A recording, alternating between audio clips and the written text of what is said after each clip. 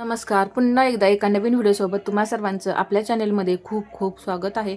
आजच्या व्हिडिओमध्ये मी तुम्हाला 2 चुन्यांची बाही दाखवणार आहे. 2 चुन्यांची बाही म्हणजे काय, तर पहा, एकदम जुनी पद्धत होती आणि शोल्डरवरती 2 चुन्या म्हणजे पुढच्या बाजूला 2 आणि पाठीमागच्या बाजूला 2 अशा टोटल 4 चुन्या ज्या असतात त्या चुन्यांची बाही जी आहे ती आपल्याला कटिंग करायचे. मग 2 चुन्याऐवजी तुम्ही 4 चुन्याची बाही म्हटलं तरी काही हरकत नाही. तर ती जुनी फॅशन आहे आणि ती सुद्धा आता सध्या खूप चालत आहे. त्यामुळे आता त्या बाहीचं कटिंग कसं करायचं हे पाहणार आहे. आणि तुम्हाला जर भरपूर चुन्या हव्या असतील तरी सुद्धा तुम्हाला इथं किती वाढवायचं आहे हे सुद्धा मी अगदी डिटेलमध्ये तुम्हाला समजावून सांगणार आहे. तर ही जी बाही असते ती लांब बाही असते. छोट्या बाहीमध्ये पण करू शकतो, परंतु सध्या छोट्या बाहीमध्ये तरी अजून कोणी तयार करून नाही घेते, तर लांब बाहीमध्ये तयार करून घेत आहेत. तर इथं मी लांब बाही दाखवणार आहे, कारण पहिले लांब बाही असायची आणि शोल्डरवरती 4 चुन्या असायच्या. तर ठीक आहे, तर आपण इथं बाहीची उंची घेऊया. बाही या इथे मी घेणार आहे 9 इंच. तर 9 प्लस 1 इंच यामध्ये आपण मार्जिन घेऊया 10 इंच. 10 इंचावरती या इथे मी उंचीचं मार्किंग करून घेते. जर प्लेन साधी बाही असेल तर यामध्ये दुमडण्यासाठी आणखीन तुम्ही मार्जिन घ्यायचं आहे. तर इथे मी अस्तरच्या बाहीसाठी सांगते 1 इंच मी मार्जिन प्लस केलेलं आहे. आता इथे हे जोडून घेऊया. जोडून घेतल्यानंतर आता नॉर्मल बाही आपण कटिंग करतो त्या पद्धतीने इथं बाहीला आकार द्यायचे. 3.5 इंच मी या इथे कॅफॅट घेणार आहे. किती? 3.5 इंच. आणि एक सरळ लाईन आपण ओढून घ्यायची. आता या इथे मुंडा घेर पाहायचा आहे. मुंडा घेर किती आहे, तर प्रत्येक साईजनुसार वेगवेगळा मुंडा घेर असतो. आता इथे मी 7.5 इंच घेणार आहे मुंडा घेर. तर इथून मी 7.5 इंचावरती मार्किंग करून घेते. पहा, इथं मी 7.5 इंच घेतलं आणि याच्या पुढे हे 1.5 इंच मार्जिन घेतलं. ब्लाऊजमध्ये 2 असतंय मार्जिन, त्यावेळेस इथं 2 घ्यायचं आणि ब्लाऊजमध्ये 1.5 इंच असेल तर 1.5 इंच घ्यायचं.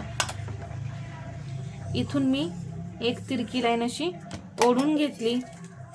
तिरकी लाईन ओढून घेतल्यानंतर बाहीला आकार देण्यासाठी मी या इथे 1 इंच घेतलेला आहे. आणि ही जी लाईन आहे याचे समसमान 4 भाग केले तरी चालतील, किंवा पहा 1.5 इंच, 1.5 इंच आणि असे हे 1.5 इंच असे समसमान 1.5 इंचाचे हे 3 भाग आपले तयार करून घ्यायचे. आणि हा एक मोठा भाग किती इंचाचा, जेवढा राहील तेवढा राहील. आता इथे जर 36 साईजच्या पुढे तुम्ही 2-2 इंचाचे भाग तयार करायचे. इथे 2-2-2. ठीक आहे. लहान साईज असेल त्यावेळेस 1.5-1.5 इंच तुम्ही इथं घ्यायचं आहे. आता इथे अर्धा इंच आणि हा भाग अर्धा इंच खाली. आणि बाहीला आपण आकार देऊन घेऊया.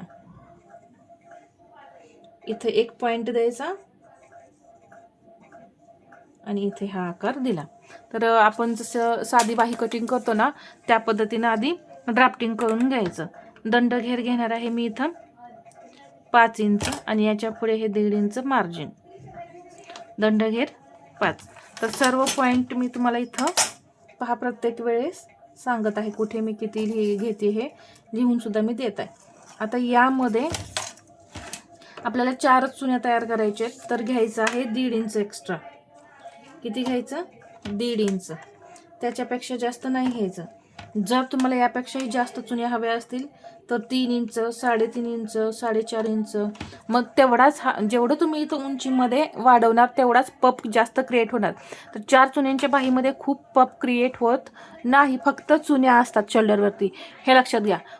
जास्त इथं फुगा घ्यायचा नाही आहे आपल्याला, फक्त चुन्या घ्यायच्या आहेत. तर इथं त्यासाठी मी 1.5 इंच घेतलेला आहे. तर लक्षात घ्या, इथून घ्यायचं 1.5 इंच आणि इथून तुम्ही 3 इंचापर्यंत घेऊ शकता. हा बॉक्स मी तयार केला असा. इथे घेतलं मी 3 इंच आणि हे फक्त असं जोडायचं. इथून हे असं जोडून इथं हा आकार तयार करायचा. तर इथं एवढ्यामध्ये चुन्या, इथून एवढ्यातच पहा, इकडून आणि इकडून. जर तुम्हाला हे एवढं सुद्धा नको असेल तर तुम्ही